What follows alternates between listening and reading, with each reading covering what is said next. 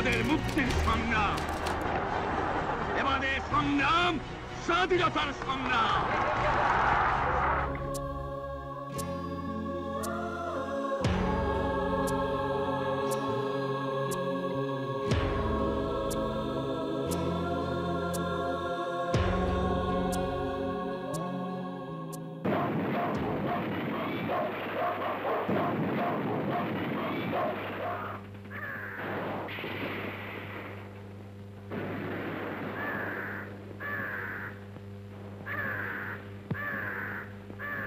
পঁচিশ মার্চ তো হঠাৎ হয়নি। 25 মার্চ হলো সেই দিন, হলো 25 দিন যে 6 দফার ভিত্তিতে ক্ষমতা হস্তান্তর করো, মার্শাল ল প্রত্যাহার করো। এই জিনিসগুলো করার জন্য সংসদ অধিবেশনকে আমরা অপেক্ষায় ছিলাম। সেটা ডাকা হলো, কিন্তু হঠাৎ 1 তারিখে বলা হলো অনির্দিষ্টকালের জন্য এটা মুলতবি হয়েছে। আর আমরা লক্ষ্য করছি যে সৈন্য কিন্তু সমানে এখানে সংখ্যা তাদের বাড়ছে। 24 তারিখে আমরা তাজউদ্দিন সাহেব, নজরুল ইসলাম সাহেব আর আমি, তো আমরা ওখানে গেছি প্রেসিডেন্টের বাসভবনে। আমি আমাদের পক্ষে বললাম, দেখো এটা কালক্ষেপণ করা উচিত না। জেনারেল পীরজাদা তখন বলেছে, থামেন, আমাদের মধ্যে আলোচনা হওয়ার পরে আমি কামাল হোসেনকে ফোন করে আপনার সঙ্গে মিটিংয়ের ব্যবস্থা করব।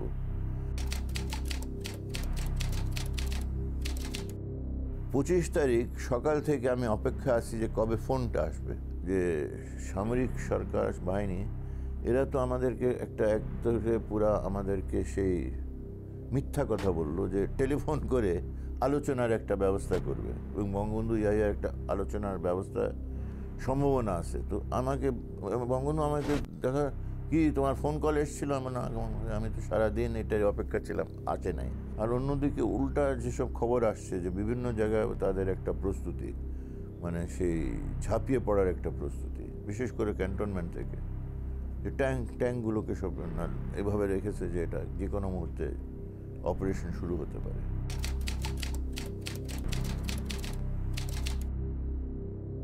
বঙ্গবন্ধু সকালবেলায় আমাদেরকে নির্দেশ দিয়েছে, সব জায়গায় বলে দাও, আমাদের এসডিপিও এসপি যারা আছেন খবর পাঠিয়ে দাও, এখানে পুলিশ স্টেশনসে যারা আছে ঢাকার বাইরে। আমি সমস্ত জায়গাতে ফোন করে দিয়েছি যে আজকে একটা কিছু ঘটতে পারে, এবং অস্ত্রশস্ত্র যা আছে আমাদের পুলিশ বা ইপিআরের কাছে সেগুলোকে আমাদের কন্ট্রোলে নিয়ে আসা এবং তাদেরকে অ্যালার্ট করা। সেখানে সংগ্রাম পরিষদের সাথে কোঅর্ডিনেট করে আমাদের লোকাল অ্যাডমিনিস্ট্রেশন, পুলিশ এবং সিভিল সার্ভিস দুটোই আমাদের কন্ট্রোলে ছিল।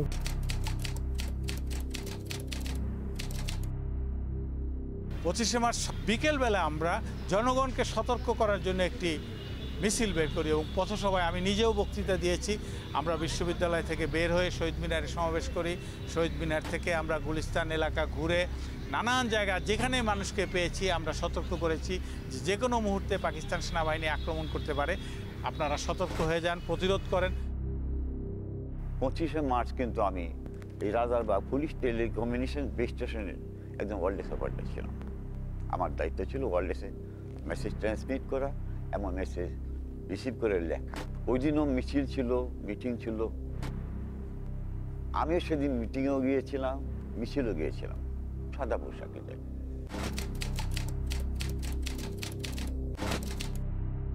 যে 25শে মার্চ চট্টগ্রামে পাকিস্তান সেনাবাহিনী সেই সোয়াত নামে একটা জাহাজ ছিল, সেই জাহাজ থেকে অস্ত্র নামানোর জন্য তারা চেষ্টা করছিল, কিন্তু বাংলাদেশের চট্টগ্রামের মানুষ, বিশেষ করে কারখানার শ্রমিক, ছাত্র, যুবক, তরুণ, তারা সেই সোয়াত জাহাজ থেকে অস্ত্র খালাস করতে দিতে রাজি হয়নি।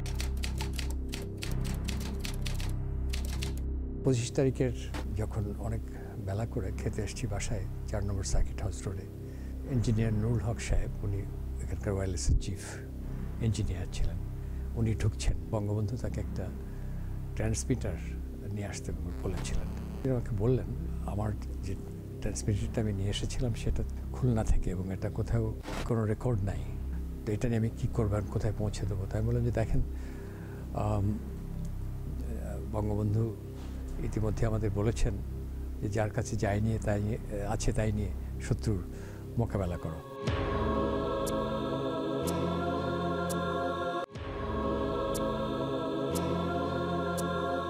আমরা তখন যেটা খবর পাচ্ছি, মিনিটে মিনিটে বিভিন্ন জেলা থেকে ফোন আসতেছে যে কী অবস্থা। আমরা তো মনে করি যে এখানে যে একটা অস্বাভাবিক অবস্থা আমরা লক্ষ্য করছি, যে মনে হয় যে একটা আক্রমণ শুরু হতে পারে।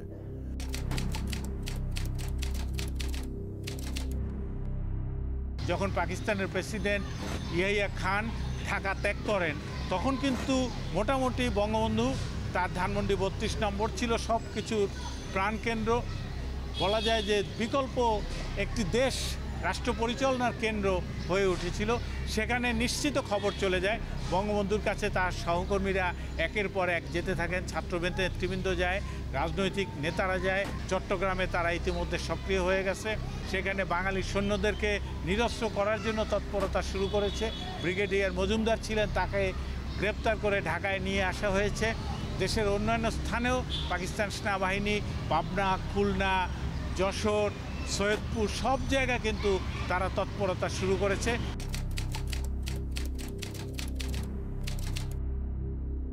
দিন বিকেলবেলা বঙ্গবন্ধু একটা সংবাদ সম্মেলন করেছেন এবং সংবাদ সম্মেলনের যে উনি বক্তব্য দিয়েছিলেন তার একটা সামারি তৈরি করা হয়েছে। আমিরুল হক বাদশাহ তখন বঙ্গবন্ধুর প্রেস সেক্রেটারি হিসেবে কাজ করছেন এবং ওকে তখন তো আমাদের ওগুলো সাইক্লোস্টাইল করতে হতো, এরকম করে ঘুরে ঘুরে মেশিন, সেই সাইক্লোস্টাইল করছে। ওটা যখন রেডি হলো তখন এটা আমার দায়িত্ব ছিল, লাস্ট দায়িত্ব ছিল বঙ্গবন্ধুকে এটা দেখালাম। উনি বলতে আমি সব কিছুই বলে দিয়েছি, সেটা তারপরে সমস্ত প্রেসকে দিয়ে দেওয়া হলো। সেটাও আর সেদিন পাবলিশড হতে পারে নাই। বঙ্গবন্ধুর সঙ্গে কিন্তু তখন পশ্চিম পাকিস্তানের রাজনৈতিক নেতা, বুদ্ধিজীবী, সাংবাদিক তারাও কিন্তু মনে করছিলেন যে বাংলাদেশের প্রতি এই পাকিস্তানের 23 বছরে যে অবিচার, অত্যাচার, নিষ্ঠুরতা, অনিয়ম হয়েছে সেগুলো দূর করতে হবে। এবং সেরকম অনেকেই কিন্তু আমাদের এই স্বাধীনতার প্রতি এই যে আন্দোলন বঙ্গবন্ধু ডাক দিয়েছিলেন 7ই মার্চ, তার প্রতি সমর্থন জানিয়েছিলেন। এবং আমার মনে আছে তাদের একজন ছিলেন পাকিস্তানের সাংবাদিক মাজার আলী খান। এবং 25শে মার্চ যে সেই অপারেশন সার্চলাইটের বাস্তবায়ন আসন্ন, সেই বিষয়ে বঙ্গবন্ধুকে অবহিত করার জন্য কিন্তু 25শে মার্চ সন্ধ্যায় অধ্যাপক রেহমান সোবহানের সঙ্গে মাজার আলী খান তিনি গিয়েছিলেন আমাদের সেই বঙ্গবন্ধুর বাসভবন ধানমন্ডি 32 নম্বর সড়কে। তো আমি এই নিজের বাসায় এসেছি 7টা, 7:30, 8টার দিকে, যে আমার ব্যাগ ট্যাগ সঙ্গে নিয়ে আমরা বেরোবো। আমির ইসলাম এসে আমাকে একটা গাড়িতে নিল যে চলো আমরা তাজউদ্দিন ভাইকে নিয়ে আমরা পুরনো শহরে যাব। তখন আমিও বললাম যে দেখো তাজউদ্দিন ভাইয়ের এখানে যে ওনাকে নিয়ে আমরা পুরনো শহরে, কিন্তু এই তো 32 নম্বরে যে একটু বঙ্গবন্ধুকে আমরা বিদায় নিয়ে আসি। কামাল সাহেবকে সাথে নিয়ে গেলাম বঙ্গবন্ধুর বাসাতে প্রথমে, কিন্তু যাওয়ার সময় দেখেছি শাহবাগ মোড়ে সমস্ত জায়গায় সব গাছ ফেলে ফেলে দিয়েছে যাতে আর্মি না আসতে পারে। আমি আসার সময় দেখেছি রেডিও পাকিস্তান তো ওখানে টেক ওভার করছে এবং আর্মি নেমে পড়েছে রাস্তায়। আমরা ইউনিভার্সিটির ভিতরে যখন যেতে গেলাম তখন দেখলাম ইউনিভার্সিটির ভিতরেও শহীদ মিনার, তারপর ঢাকা ইউনিভার্সিটির সমস্ত হলগুলোর সামনে সব জায়গায় ব্যারিকেড। আমরা ঢুকলাম ভেতরে, তো কেউ বললো যে হ্যাঁ বঙ্গবন্ধু পেছনের ঘরে, বলছি উনি তো খাবার ঘরে। আমরা গেলাম খাবার ঘরে, তো উনি দেখেন আরে তোমরা এখনও যাওনি, এত এত রাত্রে তোমাদের তো আগেই চলে যাওয়ার কথা।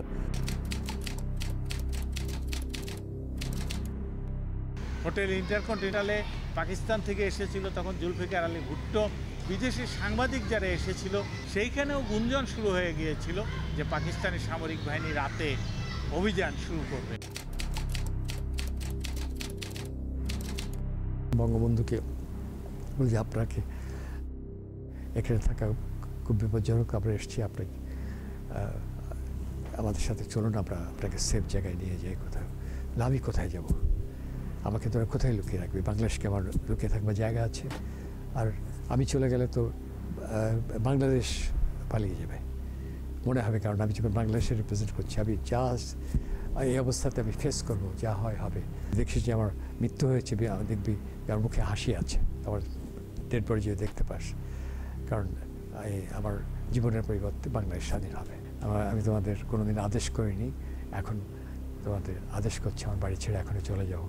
তো আমাদেরকে প্রায় সে ঠেলেই দ্রুত গাড়িতে যেন আমরা উঠে যাই। আমরা উঠে গেলাম এই তাজউদ্দিন সাহেবের বাসায়। কিছুক্ষণ পর মুজাফর সাহেব বলে একজন আমাদের এমপি ছিলেন, ইপিআরের ওখান থেকে দৌড়ে আসলেন, এসে বললো যে ইপিআরকে ডিসআর্ম করাচ্ছে। সেই সময় তাজউদ্দিন সাহেব বেরিয়ে আসলেন এবং এসে দেখলাম যে ওনার কাঁধে একটা রাইফেল আর পিস্তল তার কোমরে গোজা। সেই অবস্থায় উনি আমাদের সাথে এলেন।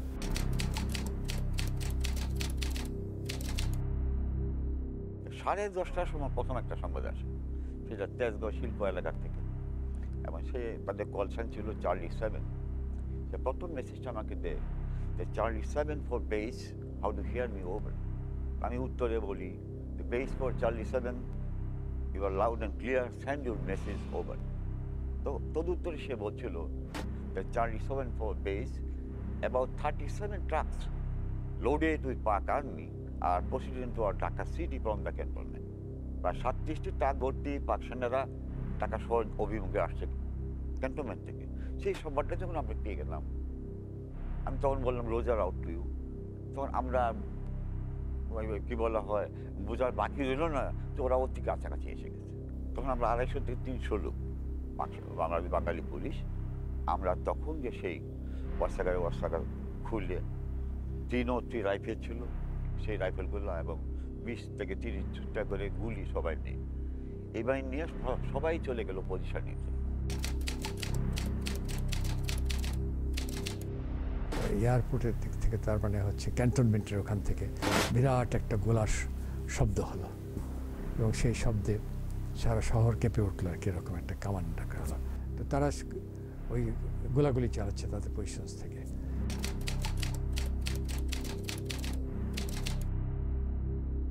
পাক সেনারা গাড়ির বহরটা যখন চামিলিবাগে ওই ব্যারিকেডের সামনে আসে পৌঁছে, ঠিক সেই সময় যে একটু আগে যে বর্ণনা দিলাম, ডন হাই স্কুলের ছাদ থেকে আমাদের পুলিশ সদস্যরা প্রথম বুলেটগুলো তাদের প্রতি নিক্ষেপ, যা ছিল আমাদের স্বাধীনতার জন্য প্রথম বুলেট।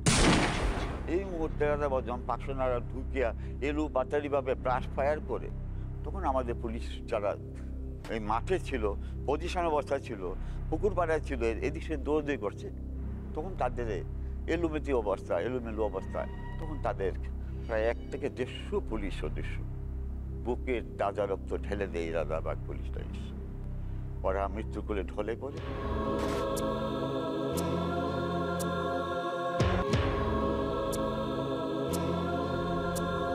একদিকে গুলির শব্দ, আরেকদিকে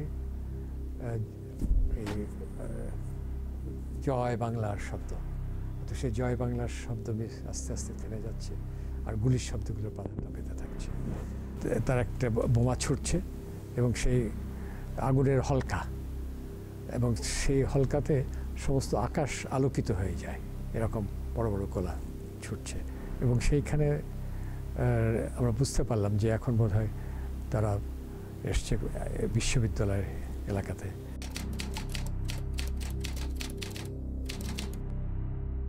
স্বাধীনতার ইতিহাসে যে নিষ্ঠুর গণহত্যাযজ্ঞ হয়েছিল তার অন্যতম প্রধান কেন্দ্র ছিল ঢাকা বিশ্ববিদ্যালয়, এবং ঢাকা বিশ্ববিদ্যালয়ে গণহত্যা বা জেনোসাইডের সবচেয়ে বড় কেন্দ্র ছিল, সবচেয়ে বড় স্থান ছিল এই জগন্নাথ হল। 25শে মার্চ রাত 11টার পরে যখন চারদিক থেকে পাকিস্তান আর্মি তারা এই হলে আক্রমণ করে, তখন রুমগুলোতে ঢুকে ঢুকে দারোয়ানদের প্রথমে মেরেছে, কর্মচারী যাকে সামনে পেয়েছে মেরেছে, ছাত্রদের যাদের রুমে পেয়েছে মেরেছে। নুরুল্লাহর ক্যামেরায়ও কিন্তু সেই দৃশ্যগুলো ধরা আছে যে যারা লাশ টেনে এনেছে, বাধ্য করেছে লাশ টেনে, তাদেরকে হত্যা করেছে। কিন্তু কালীরঞ্জন শীল আর শেখর চন্দ তারা দুজন এত ক্লান্ত হয়ে পড়েছিলেন, তারা লাশের পাশে শুয়েছিলেন। পাকিস্তান আর্মি মনে করে যে তারাও বোধহয় এখানে যারা আছে সবে মৃত।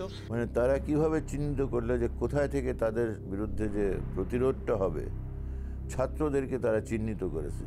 হলগুলো থেকে টেনে টেনে তারা ছেলেদেরকে বের করে গণহত্যা শুরু করেছে।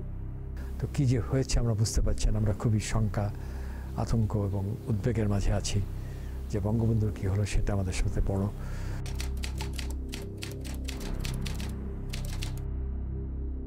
গুলি বর্ষণ করতে করতেই তারা অগ্রসর হয়, হত্যাকাণ্ড চালাতে থাকে এবং এক পর্যায়ে তারা 32 নম্বরের বাসভবনের কাছে পৌঁছে যায়। সেই বাসভবনের সামনেও তারা অনেকক্ষণ গোলাবর্ষণ করে।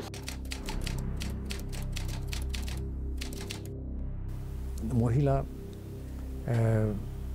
দের জন্য একটা ফিজিক্যাল ট্রেনিং ইনস্টিটিউট আছে লালমাটিয়াতে, ওইটাতে তারা ঘাঁটি করেছে এবং সেখানে উপরে একটা চারদিকে সার্চলাইট মতো ঘুরছে।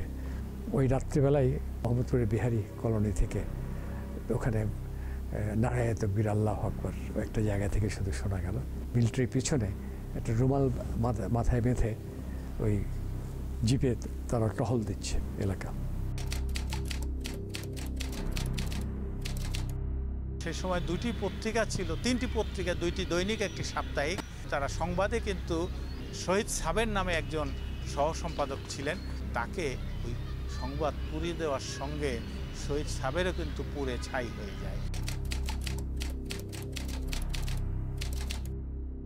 বাঙালিরা যাতে কোনো বেতার সংযোগ এগুলো কাজে লাগাতে না পারে, সেগুলো আস্তে আস্তে বিচ্ছিন্ন করতে থাকে।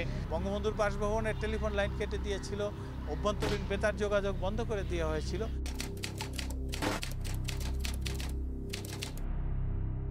টিক্কা খান তার কন্ট্রোল রুমে বসে অধীর আগ্রহে অপেক্ষা করছিলেন যে এই বাংলাদেশের স্বাধীনতা আন্দোলনের প্রধান নেতা, তাকে গ্রেপ্তার করা হয়েছে কিনা, কারণ তাদের শঙ্কা ছিল যে বঙ্গবন্ধু যেন জনগণের সাথে মিশে যেতে না পারে। বঙ্গবন্ধুকে সেই রাতে গ্রেপ্তার করা হয়, কিন্তু সেনাবাহিনীর নির্দিষ্ট কতগুলো ফ্রিকোয়েন্সিতে বেতার কেন্দ্র, বেতার যোগাযোগ এগুলো চালু ছিল এবং সর্বত্রই তারা ঘোষণা দিতে থাকে, পরস্পরকে জানাতে থাকে যে পাখি এখন আমাদের হাতের মুঠোয়। অর্থাৎ সেটাই তাদের ছিল সাংকেতিক যে বঙ্গবন্ধুকে গ্রেপ্তার করে।